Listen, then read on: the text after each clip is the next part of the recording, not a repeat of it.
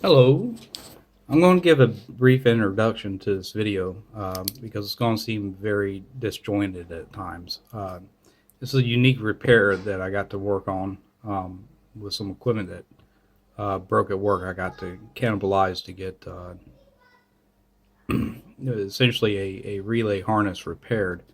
But there was a lot of things that I had that video recorded along the way, and sometimes my thoughts would something I'd be thinking about would backtrack to something else along the timeline. So first off, this is just going to serve as I'm going to try to break down the video like this. I'm going to have the start with what we're repairing, and then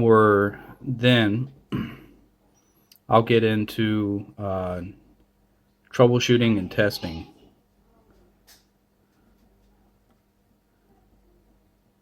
And there's actually quite a bit to troubleshooting and testing this equipment. There are two parts to each relay, as you'll find out, that have to be troubleshot and tested. There's the relay portion itself, which is the input of these modules, and then there are SMA connectors on the output that switch over between two RF or four RF cables. That's probably going to be a two-part video, to be honest. Just troubleshooting and testing.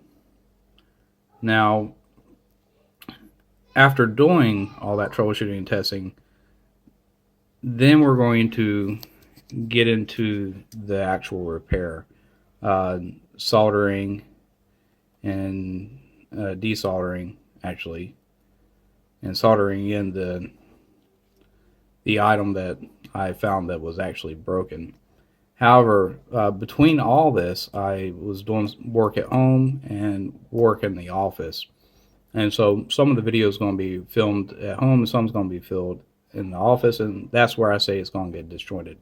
However, at one point in time, I was thinking about the stuff that I troubleshot and wanted to try to give my input on why I think the device failed and what could be done to prevent it, and then how I tested the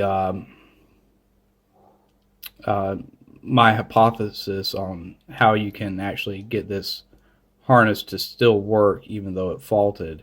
That was shot during the repair portion, but I'm going to move in timeline wise before the desoldering portion of this, or right after the desoldering portion of this video. So it's going to look a little bit weird, but that's fine. That's up to me to do all the video editing. But I really hope you enjoy this, and I hope you have there's something for you to learn about this repair. So enjoy.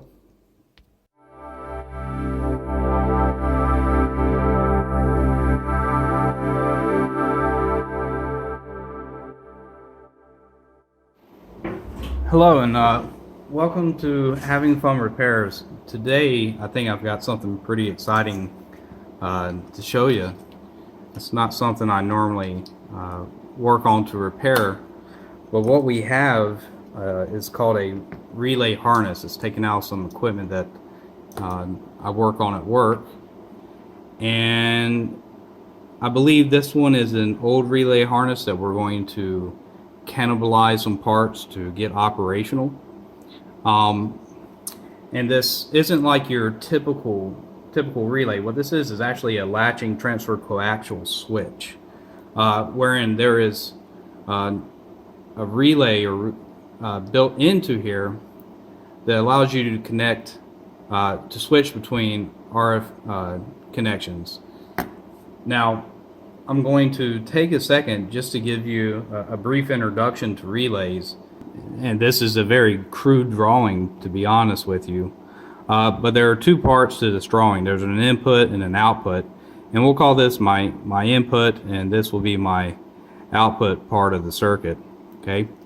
And on the input, something must be present here or closed here. You've got your internal wiring or circuit board path or something, essentially leading to what would be a coil. This bunch of scribbly lines, we'll call that a coil. Sometimes in the coil you'll find an iron rod in the center.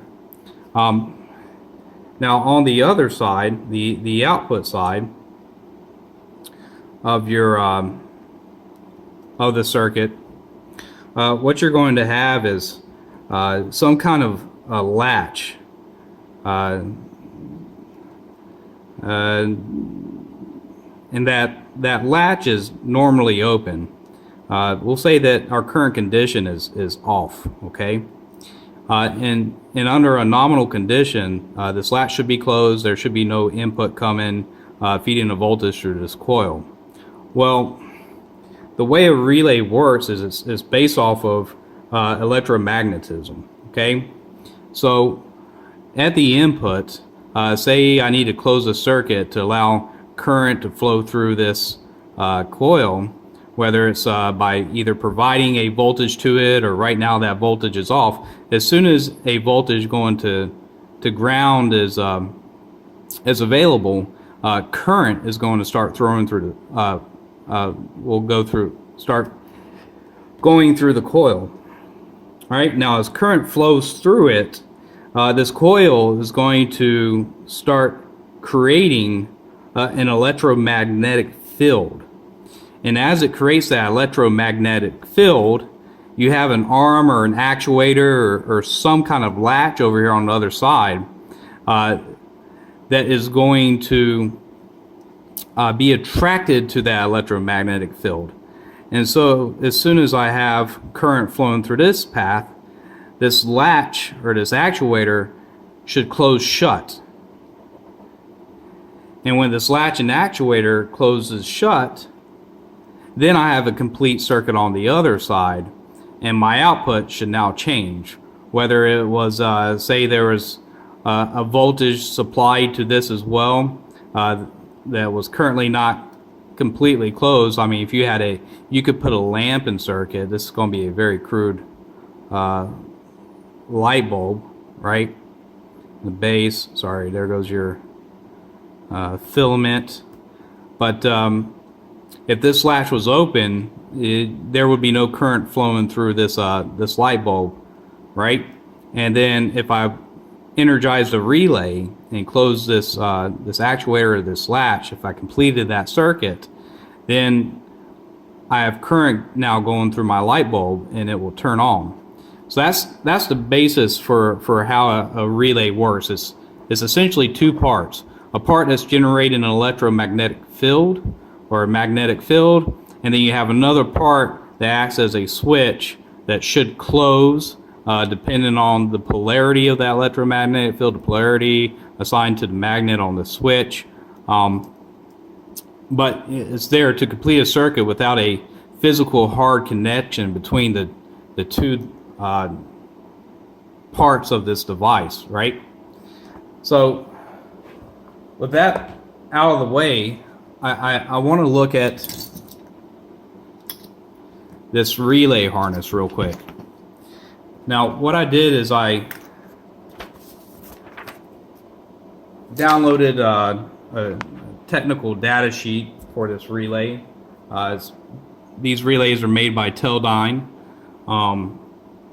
If you ever see on a circuit diagram something with a K indicated on it, that usually corresponds to that being a relay.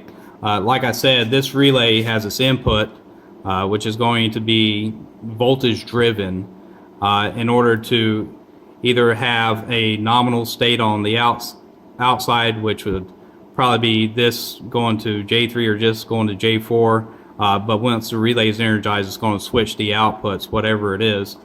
But I like to get the technical data just to do a comparison of what we have here. I mean, I can already see that this is a 24-volt relay. It's kind of unique that you have a common side and then two connecting points to probably actuate the relay. I can imagine, based off of what I immediately look at the tech data, that that's some kind of status. But let's look at it. Let's compare this with the tech data real quick. The part number on this is CCS 37S 37S 9C. Sorry, 37S 9C R145. Now that 145 is going to be specific to this design. The tech data sheet is probably not going to give every single shred out characteristic of this relay. It's probably going to be a pretty generalization. So there are some things that we're going to have to determine ourselves. But we can take this information and we can look at the tech data sheet to determine some things. First off, the CSS portion 37-37, that's the series. The series is telling us that this is an SMA connector, meaning that the bottom half of this requires an SMA style connector in order to hook your coaxial line up to it. Something that's relatively small that screws in that will connect to it. That one's actually a female. Got another one in here. I'll explain what this is connected to a little bit later on.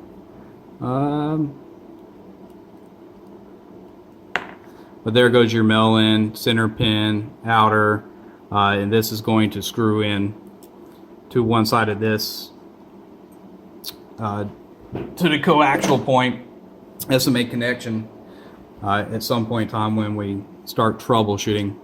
Anyways, you also have a series, you have a connector, and then you have the actuator voltage, right? So as long as the series is correct, sorry, I misspoke. I said CCS 37 is a connector. It's not. It's the S. The S is what indicates the type of connector it is. CCS 37 is a series, so the series matches. We know that we're in the right. We have the right diagram. As long as it's CCS 37, we can start looking at the data sheet and determining what is what from there. The S is the style of connector. It's SMA. You've got a 37S. These are SMA connectors at the bottom. Actuator voltage. Here is indicated 6. On the actual device, there's what is written or stamped on here is 9. 9 corresponds to 24 volts DC, so that's the voltage that we need to actually create the latch when we energize the circuit and across the coil. All right. So we know we need a 24 volt power supply, DC power supply. The actuator type, what's indicated on here for an example is C. C is an indicator type contacts. We'll see what that plays into in a minute. C is also indicated on here, so we know that we are using the indicator type contacts for our actuation. And then we have a T. T here represents TTL drivers and diodes. We'll see what that means here in a second. On here is not a T. What you have after the C is an R. And R represents positive and common. Okay? So we can already see differences here. And as you notice, you've got a series of stars afterwards. Because like I said, this isn't going to cover all the shred out, but we should get a lot of information that we need prior to troubleshooting this relay. Now, the first thing I notice is that there's an R here instead of TTL. So the R represents positive and common. So as I go through this data sheet, I can see that there are different types of components that can make up this type of relay. Okay.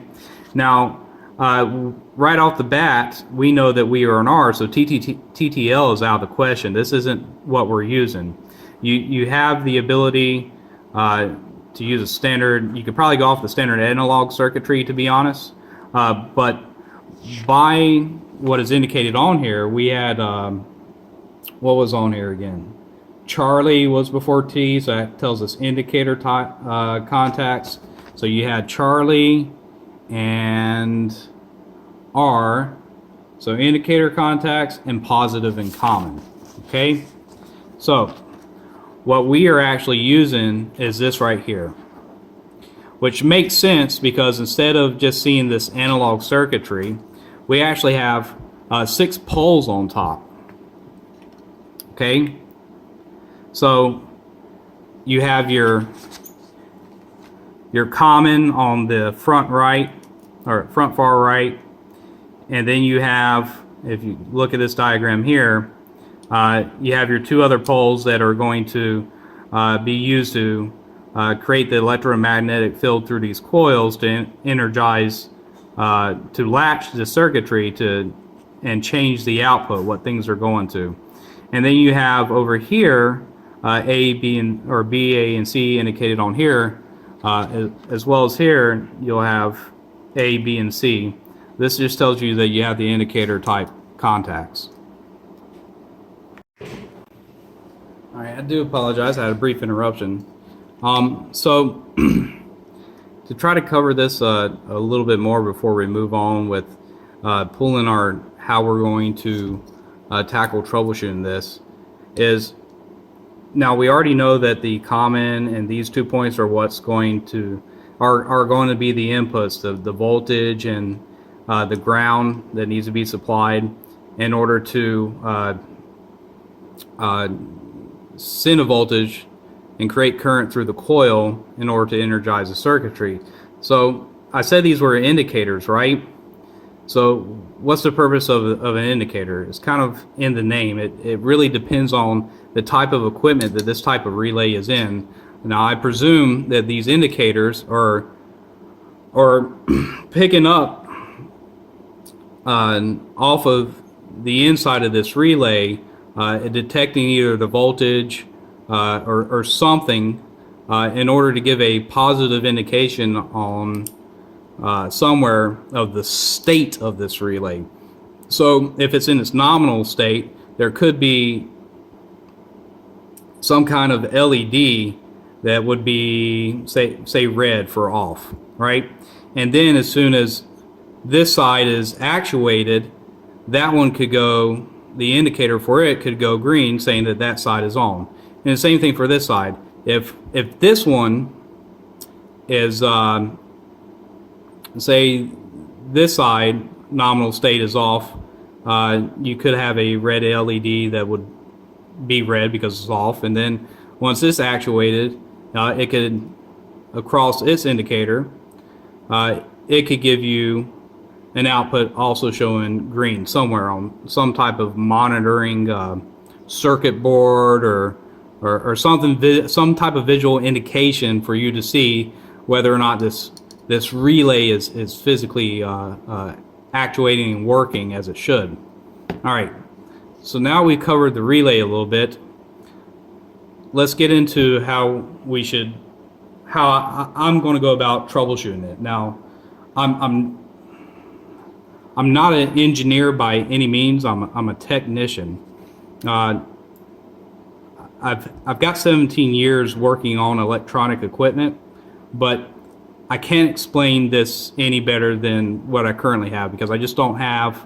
I have the experience and I have some schooling on this. Right, I do have an associate's working on electronics, as well as one in teaching it within my given career field.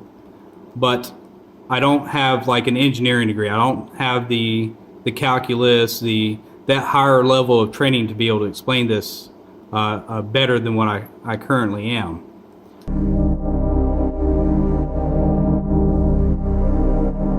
That all being said, we need to start jotting down our conditions for troubleshooting. I know that the equipment is going to be outputting a signal around 108 to 111.95 megahertz. That means that I will have that frequency into and out of these coaxial connections here, well, using a SMA connector, but whatever cable is physically married with this, I know that's going to be the signal that feeds through it. I also know that it's going to be around the milliwatt range. It could be higher, it could be into the watts, but for our testing purposes, we're specifically just going to use 10 milliwatts. Okay. Now I went ahead and wrote down some other things based off of the data sheet. I wrote down that we are 24 volts DC latching, and then I wrote down the max current. So this is something I got right off the front page. The characteristics of the coaxial connection points, you can have anywhere between DC to 18 gigahertz fed through these connectors, right? As far as what is being presented to here. I know that we're in the VHF range, right? So there should be no more than a 1.3 to 1 VISWAR. I need to write that down. Sorry, I need to backtrack relatively quick. We are 24 volts to actuate, right? So the max amperage that's safe for this relay would be 75 milliamps. You'll see milliamps over here. So, and it's only going to draw the amount of current that's needed to actuate it. But if something was to short, there would be a more substantial draw on that current inside of the relay. Obviously, a short outside of something that's nominal is not good, but would damage the relay itself. And I also can't induce anything that's going to draw a higher current of 75 milliamps, right? Because I don't want to damage it. Now, I talked briefly about two parts to testing this. One is going to be ensuring that the relays can actuate, and the equipment that we're going to use to determine if that is good. And the other side of this is the actual what goes into and out of the bottom half, right? So under a nominal state, if I have a RF signal into one point and out of the other point, and I take a known good value, like I measure 10 milliwatts of my test signal going in, and then the output is 10 milliwatts where I've had no loss of power. However, say I had 5 milliwatts out, right? That means I've lost half my power would be a loss of 3 dB. And to be honest, so milliwatts, the equipment I'm going to use is going to be in dBm, so it's going to correspond. Because dBm is in reference to a milliwatt standard. So essentially, if I have half my power, that means I have a significant amount of loss, right? I don't want a lot of loss. I want something around 1.3 to 1 VISWAR. A higher VISWAR means that the output power is being reduced from one side to the next. So a perfect ideal scenario would be like 10 watts in, 10 watts out, right? However, if I have high VISWAR between these 2 points, then I could get 10 watts in and only 5 watts out, right? So I need to be able to take some readings to make sure my VISWAR is okay. And then I also mentioned briefly isolation, okay? So what isolation means, and then here's the insertion loss. So I could take this measurement as well. I don't want to lose any more than 0.2 dB from connecting point to connecting point. I think that's another thing that we can check. So, but to get back to isolation, there should be at minimum 70 dB isolation from one connector to ones that it's currently not associated with. So under a nominal state, if depending on the relay, if my input here is here and my output is here, then I shouldn't pick up, if I was to try to measure an output here, I shouldn't pick up anything because it should be isolated to a degree that nothing will be inducted over to that point. That's to the other connector. That isolation is very important because we're talking about RF, right? And I don't want this RF signal here. Say I have two RF inputs, right? This one going to here and this one going to here. I don't want both of these RF inputs to combine by any means. They need to be wholly segregated for the purpose of their use. And so that is why this isolation is important, and it is something that we can check. The other thing I notice on this diagram, so say I have to replace, desolder this and solder a new relay in place, right? Is up here you have a little note that says, let's see, 3 times solder wire to DC terminals using SN63. That's the type of solder we can use. It's got a max temp of 210 degrees Celsius for no more than 5 seconds. So what that means is if I desolder or solder, right, the max temp, I have to use SN63 solder in order to solder on. The max temp I can use with my soldering iron is 200 degrees Celsius, and I can only apply the tip of my soldering iron to these, they're not bifurcated terminals, post terminals. I'd have to look it up. I'm forgetting exactly what these are called.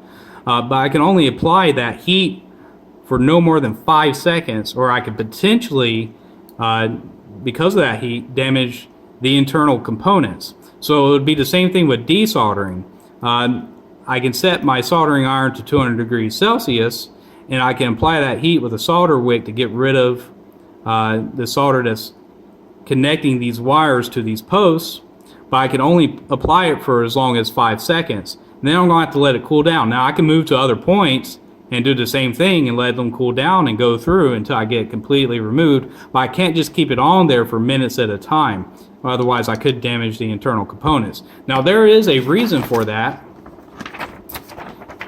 And I think it's by design. One, it could damage the internal components, but I believe that these also have some type of sealant in them. And what I mean by that, let's see. What I mean by that is this base plate here, this outside plate here, all the components that are inside of here, there's more than likely a type of glue or sealant or epoxy in between these pieces to keep, probably to help prevent, even though you got openings here, it's weird. Probably to help prevent moisture or something from coming inside, some physical debris. Or say if this thing is in an environment where it's going to,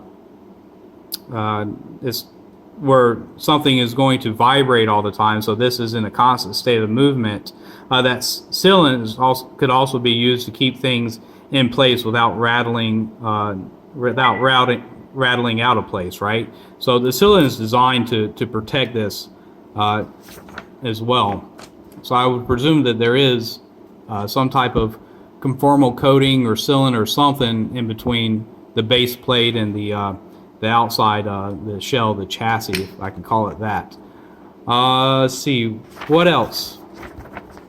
All right, so something else I noticed right off the bat is, even though we're using indicator type, take a look at this. My common is showing a negative, and then these 2 points are showing positive,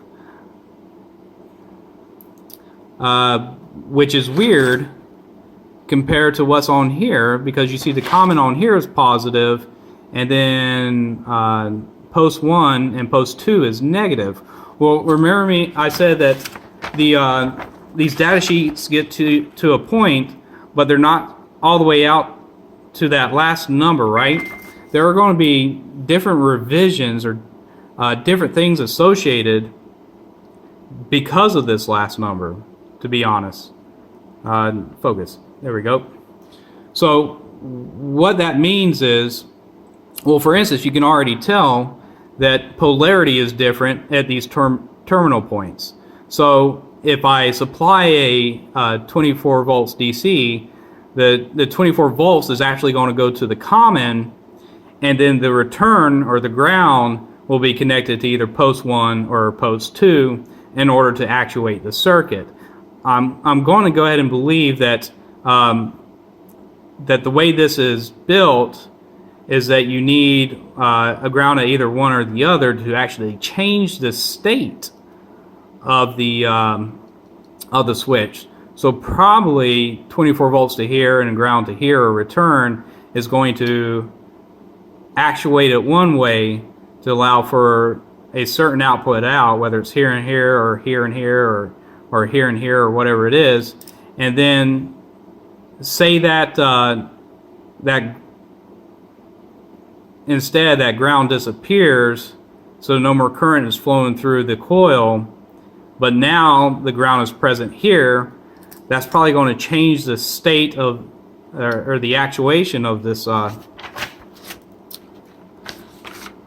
the circuit, which will affect the conditions at the output. So maybe instead of, say, if this was the input and that's the output, maybe when that's changed, this will now goes to here, or this will now goes to here. And so it's only based upon the conditions that are presented at the top that you actually change how things are being routed at the output of this, okay? So what I've done is I started to record or write down these conditions, right? I know what frequency I'm going to use. I know it's got to be 24 volts. I know I've got to pay attention to the polarity of that voltage. My positive is going to go to this common side, and then the negative to either terminal 1 or terminal 2. I've wrote down that this is a positive and common setup, so I need to always reference back to this diagram. And now I need to determine if there's any other conditions that are different. Now, I think based upon this diagram that nominally, well, this is showing that it's potentially closed, but it looks like J1 would either go to J2 or J3 depending on how the circuit is actuated, right?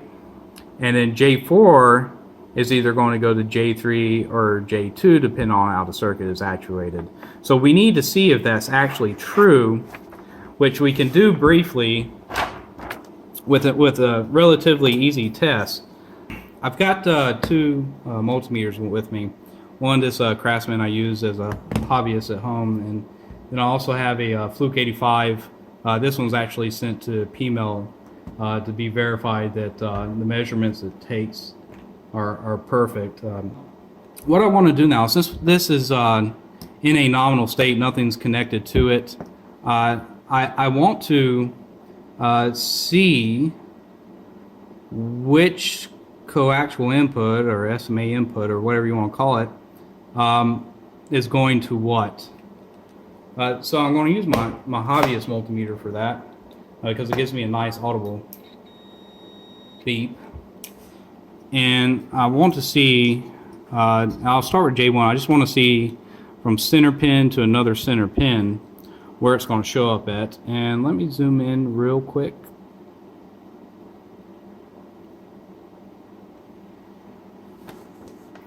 Okay, so on J1, let's go to J2, nothing, J3, nothing, J4, I got continuity. Okay, so it's nominal state, J1 to J4.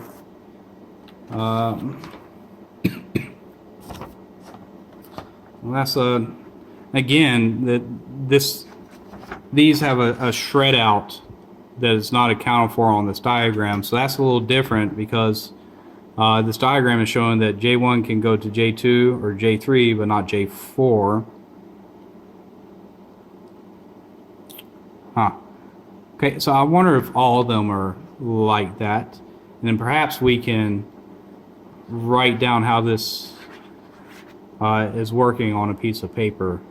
So let's go ahead and check the other ones. Alright, I'll just go ahead and, for the second one, J1 to J4. Yep. Nothing, nothing. All right. Let's go to the third one.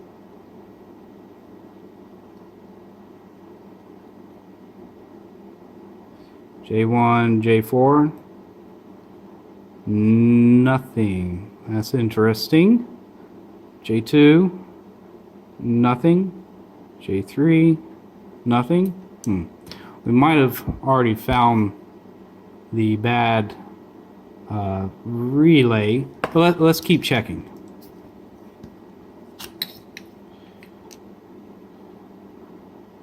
All right, so here, J1, J4 again, 2 nothing, 3 nothing. Good. All right, J1, J4 again. Yep, 2 nothing, 3 nothing. I wonder if it's similar. J1 goes to J4 and J2 goes to J3. Yep, that is what occurs. So this one should be J2 to J3. All right. This one should be J2 to J3. Nothing. Now, like I said, that's pretty interesting. We're not getting anything on that. J1 and J4, good. All right, we're checking J2 and J3. Good. Okay.